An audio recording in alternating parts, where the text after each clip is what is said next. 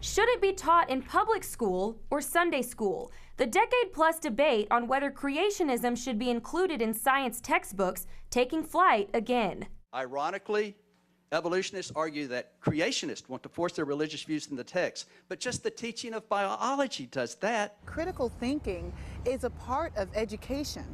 If you don't want to have a narrow point of view, why not include both of those and see how they complement each other? We have to be careful because we have a tremendous amount of authority in a classroom. Peter Dahlstrom is the superintendent of Lubbock Christian High School. He was also a science teacher. He says although Lubbock Christian is a faith-based school, teachers must tread carefully. We don't teach our kids to have blind faith in anything.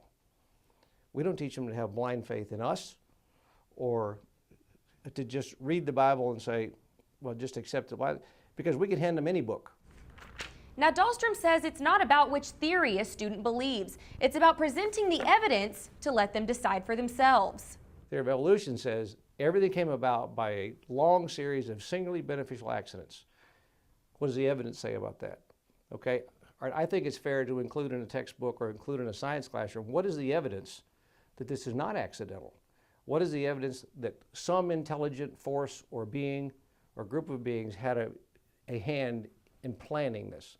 That, I think, ought to be presented to young people because, again, we're not afraid of what's true. Our SBOE representative, Marty Rowley from Amarillo, says teachers should be able to analyze scientific theories with a critical eye. By definition, creationism talks about God. And while I certainly think there's a place for that, I don't think it's in the science class.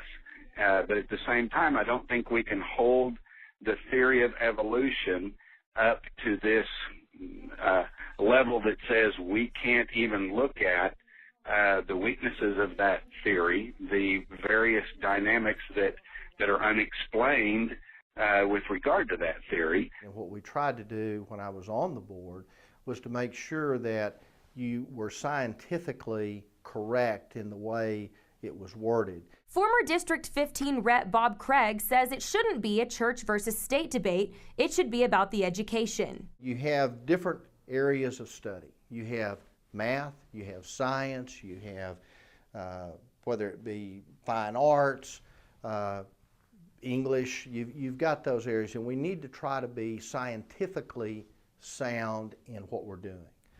And faith is a different area than science. When you start looking at scientific theories, those are different.